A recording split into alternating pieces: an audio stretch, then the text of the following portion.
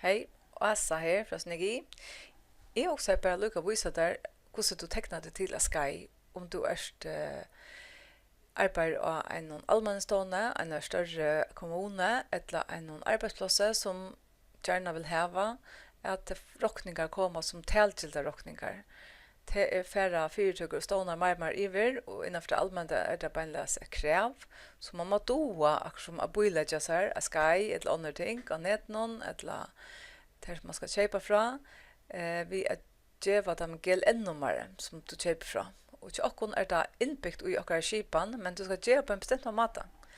Så du velger først a sky, hvis ni utildømes velger mer Spectriflex kamera, og jeg spiller at jeg arbeider til dømes ikke-steplen, skal ta mynter av omkron.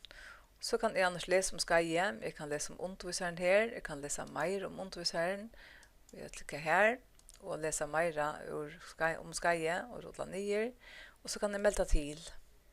Og jeg kan melde opp til 5 folk og send, men det får jeg bare velge 1 folk, en tilmelding, og så skriver vi med mitt navn, Asa Andreasen, og jeg spalte at jeg arbeider ikke steplen.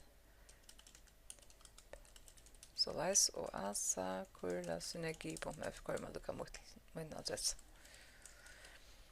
Og så skal jeg si om en kvinne eller mever, og her kan jeg gjøre akkurat vimersing som du atler senda til Synergi, samband vi tøyna tilmelding. Og så er det bøyleg du. Bøyleg og så får jeg bøyleg kassan. Det er ikke alltid han så igjen kommer fram. Men så tar du her til. Nå måste du välja hva det som skal heva rockningene. Mitt fornavn etna sender her, og leit etter 4 stående, og skal bært utfyllas om valda 4 stående skal gjelda. Og det er da, ikke stepen skal betale. Ikke stepen. Så velger jeg ikke stepen her. Du her stender nemlig innlagt i okkar skipan GLN-nummer tja ikke stepen. Og tar jeg valgt det, så er GLN-nummer her. Hvis jeg får inn at her på en så fjerner ikke steplen, så sier du at her er alle ter fyrtøkker, alle ter stånar som har GLN-nummer og som vi har lagt inn i okkar skipan. Brukar du en fyrtøkker GLN-nummer og til å finne den ikke, så måste du gå lykka tjøkna pris og få det lagt inn. Det er bedre å få det som tältilda rockningarna. Vi ser några vimer som skal av rockningarna, så kan du lägga en av här. Det kan vara ett eller annat till bokhaltaren, att han vill ha att du skriver ett eller annat bestämt av, så han tar en för rockningarna, så ska du skriva det här. Så rotlar du så nyer, och du må äntligen minnas till att köra adressen in, adresserna.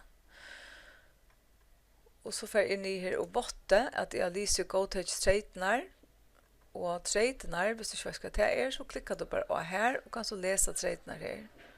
Og til døgn skal du lette til mestres at det var, at du er 24 timer enkelratt, det synes du tekner det til, og enkelratt innan 24 timer, så blir det vel til.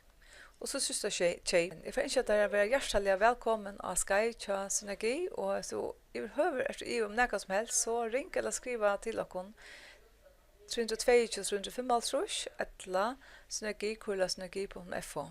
Så svarer vi feknar på spurningar. Takk for det, og vær velkommen.